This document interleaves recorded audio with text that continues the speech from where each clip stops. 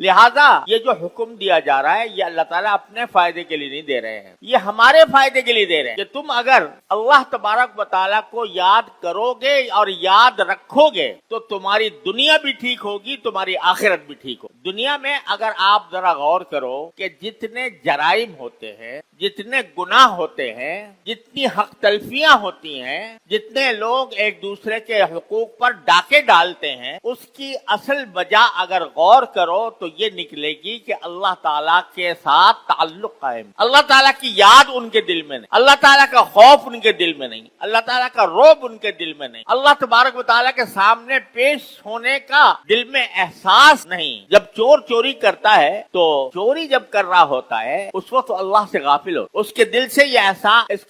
یہ احساس مٹ جاتا ہے کہ میں بندہ ہوں اللہ کا، اور ایک دن مجھے اپنی اسی کی بارگاہ میں پیش ہونا ہے اور مجھے اپنے ہر قول و فعل کا جواب دینا۔ اگر یہ بات انسان کے ذہن نشین ہو، دل میں اتری ہوئی ہو، کبھی وہ چوری نہ کرے۔ اللہ بچائے کوئی زنا کا ارتکاب کرتا ہے، اللہ تعالیٰ محفوظ رکھے ہر مسلمان کو، تو اگر اس کے دل میں اللہ تعالیٰ کا ذکر ہوتا، اللہ تعالیٰ کی یاد ہوتی، اللہ تبارک و تعالیٰ کے سامنے پیش ہونے کا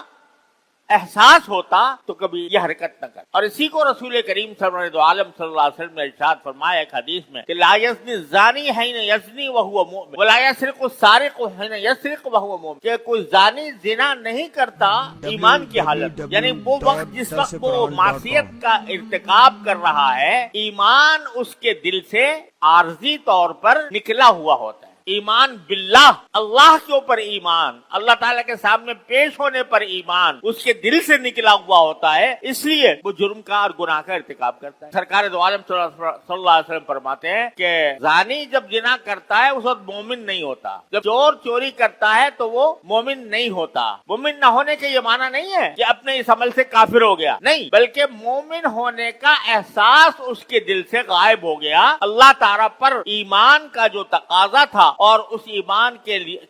تحت اس کو جو یہ سوچنا چاہیے تھا کہ مجھے اپنے اس عمل کا جواب دہ ہونا ہے، وہ اس کے دل سے غائب ہو گیا۔ لہذا اللہ کی یاد، اللہ کا ذکر، وہ در حقیقت انسان کو ہر گناہ سے، ہر جرم سے، ہر حق تلفی سے، ہر ظلم سے بچاتا ہے۔ اگر آدمی کوئی دوسرے کو پر ظلم کر رہا ہے، اسے بے وجہ مار رہا ہے، تو اس وقت اس کے دل سے احساس اللہ تبارک و تعالیٰ کے سامنے پیشی کا احساس اس کے دل میں اگر ہوتا تو یہ نہ کرتا۔